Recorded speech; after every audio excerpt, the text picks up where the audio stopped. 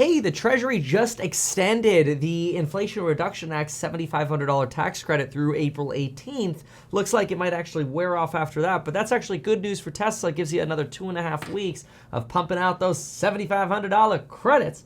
And that expiration probably motivated a lot of Q1 sales here at the end of March. So we'll see what happens. But let's get into some of the other news. We gotta talk Elon Musk. We're gonna talk, some FUD, unfortunately. But we're also going to talk what potentially is going on with China. Now, this I am actually very excited about. So let's start with the good news. And then we'll get into some of the bad news, including some sentiment FUD. Not so great. Let's talk about this because, as you know, I'm a huge Tesla shareholder. I have an actively managed ETF. It's one of our largest positions. Big fan of that. You can learn more by going to meetkevin.com. That's also where you'll be able to learn more about my courses on building your wealth, my affiliates like Life Insurance or Webull or whatever. It's all at meetkevin.com. And even though I'm a licensed financial advisor, I can't give personalized financial advice to you unless, obviously we had like a contract and we're doing personal financial advice. But in general, I like to provide financial insight and commentary. And what do we have here? So Elon Musk plans trip to meet Premier. Now, I want you to know this.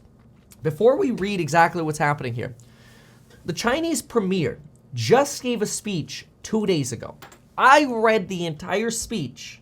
Well, the transcribed version of it because I don't read Chinese. But anyway, like Mandarin. But anyway, the Chinese Premier echoed a lot of what Xi Jinping talked about. And what they did is they talked about how they want to encourage entrepreneurs to come to China, how they actually use Tesla as an example.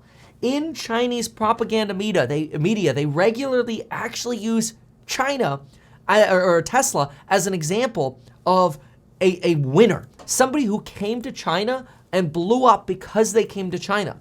China wants more of that because they realize their economy isn't reopening as fast as they'd like. And the best way to encourage growth in GDP is to encourage more manufacturing, something they're good at. Keep in mind, China has gone from manufacturing Barbie dolls to manufacturing really advanced things and doing it better than the rest of the world. Not only advanced cars, advanced phones, like assembling the iPhone, but also chip making. But think about this.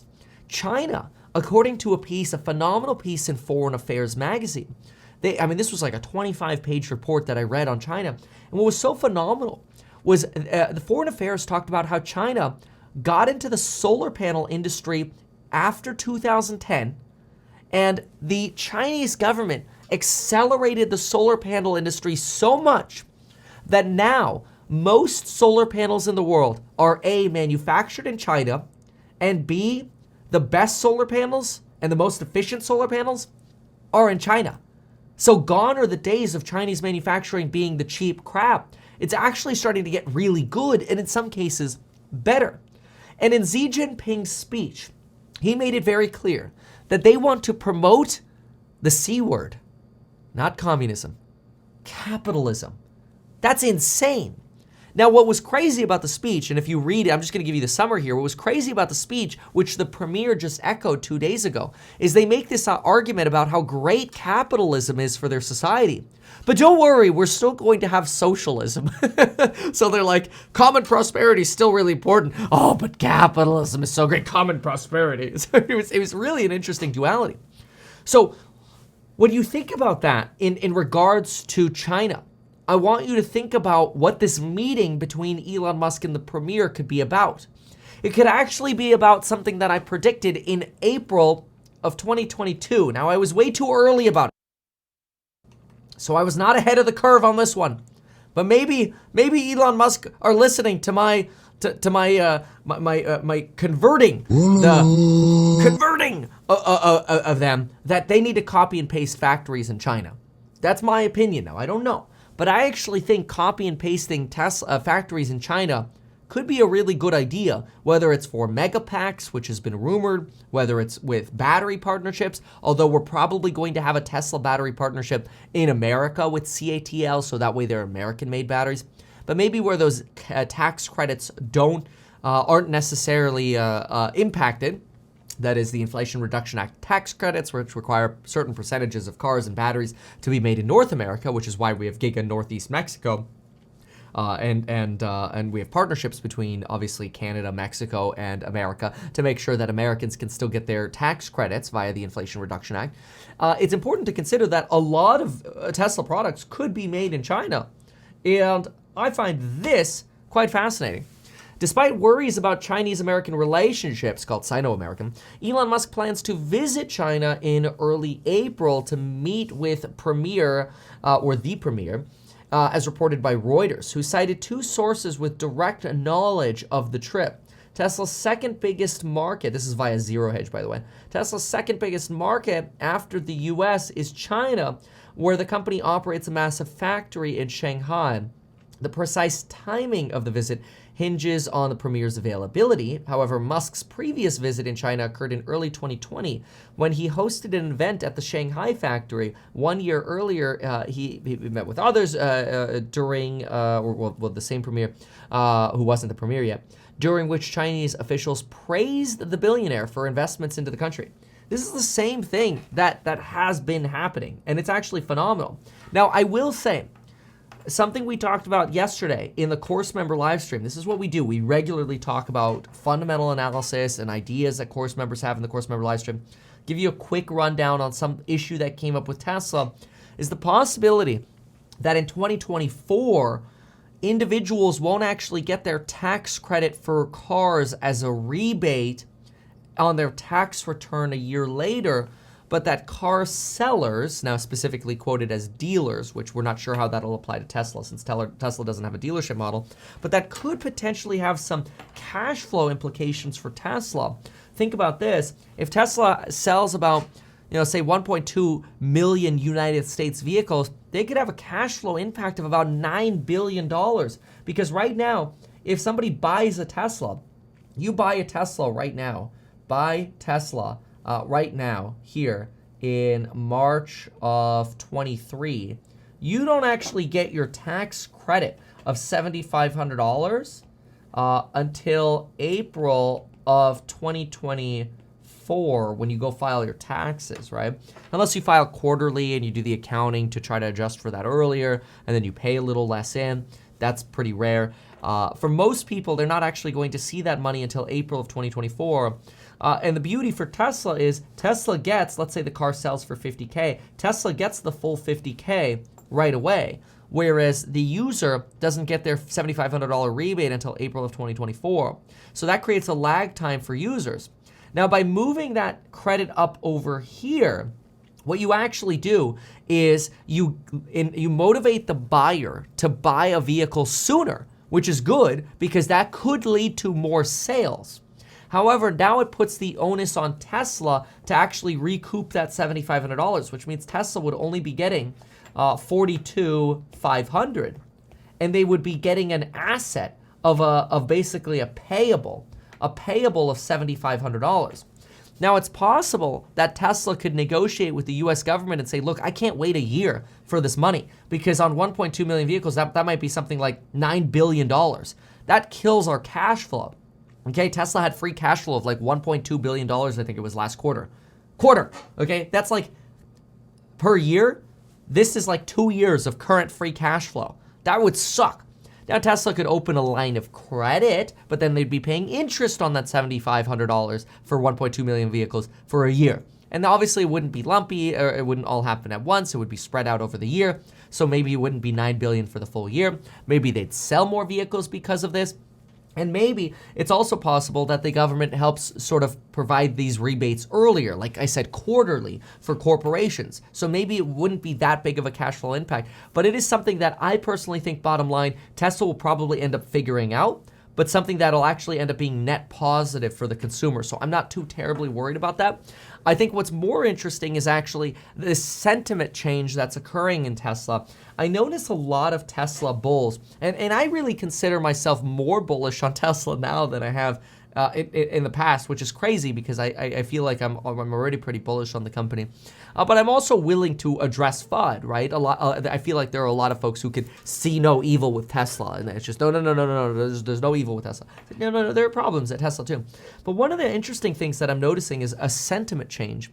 I'm noticing a sentiment change amongst a lot of retail, and this is totally anecdotal.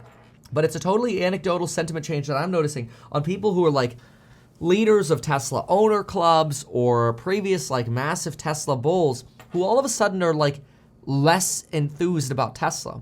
Like people who have described themselves as an 11 out of 10 on the Tesla bull scale are like, I'm still a Tesla bull, man, but I'm like an 8 out of 10 right now on Tesla. And I'm thinking to myself, are you scarred because the stock went down? Like, is this, dare I say, emotion that we're seeing? Of course, people are always going to get emotional. There's no question of that. But I do see a sentiment change that I think is actually somewhat unjustified for Tesla. But it's something that I think is worth pointing out because it is, if you see people around you a little bit more bearish on Tesla, where Tesla is probably firing on the cylinders of manufacturing better than ever before, even though their gross margins are expected to take a hit here in Q1, I think it's really interesting that that sentiment is changing in a way that implies that Tesla might have a little less retail support than it used to have. So I think that's something to pay attention to. It's anecdotal, so pay attention to it in your area and see what you're seeing. But personally, I think probably the biggest reason for that would be the stock went down. I think it's emotion that's playing through. Now, I do want to talk about what the Financial Times just said in two different areas about Tesla. These are potentially not the best stories, but I think they're worth addressing. So I want to address those. Of course, right before I do, I want to remind you to check out the programs on Building Your Wealth link down below. I think I've got phenomenal programs on Building Your Wealth link down below. You can now use Buy Now, Pay Later to join them. You can also get life insurance in as little as 5 minutes. You go to metkevin.com/life. Do it on your phone, and you can actually Apple or Android pay for it, recurring, and it just auto pays. It's super easy. It's super convenient, super cool. But on top of that, I encourage you to get 12 free stocks with Webull. So that way you could do as I do and hop on over here and track your favorite charts, including Tesla, which is up 1% in pre-market right now. Track these and yeah, check out Tesla and invest. So get 12 free stocks by going to metkevin.com/free. Okay, so now we got to look at Financial Times pieces here. The first piece is this one. It says, Tesla cars lose value faster than rival models after price cuts. And they basically say, look, after Tesla cut its prices, Tesla used vehicles have suffered substantially more depreciation than other vehicles. For example, they say here, in contrast to a Model 3's predicted decline in value of 46%, a Polestar bought in January would be worth about 35% less. So they suggest there's a steeper depreciation in Tesla models, potentially making them more expensive to finance or lease in the future, specifically leasing, since leasing factors in depreciation, whereas financing doesn't, since that depreciation is on you, whereas leasing is on the lessor, the company that actually owns the car still. And it's a piece that really, I think what it's trying to do is suggest that, look, because Tesla cut its prices so aggressively, they're probably getting a hit a little bit harder on depreciation curves. I think that could end up being temporary, but it's something to pay attention to because total cost of ownership for the vehicles could go up because of that. And then a second FUD story that came out was this piece: Tesla's price war in China backfires as BYD sales surge. And really what they're doing is they're talking about Tesla having cut prices, leading BYD to also lower some prices at dealerships. And all of a sudden, BYD sales are growing 80% year over year.